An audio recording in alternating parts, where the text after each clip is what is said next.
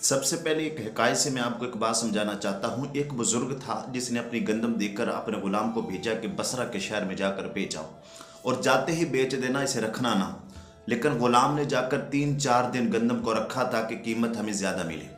उसने 3-4 दिन रखने के बाद बेची तो मुनाफा दुगना हुआ, बहुत ज़्यादा फ़ायदा हुआ। तो पीछे मालिक उस बुज़ुर्ग को पता चल गया कि मेरे ग़ुलाम ने 3-4 दिन गंदम को स्टॉक करके रख के बेचा है।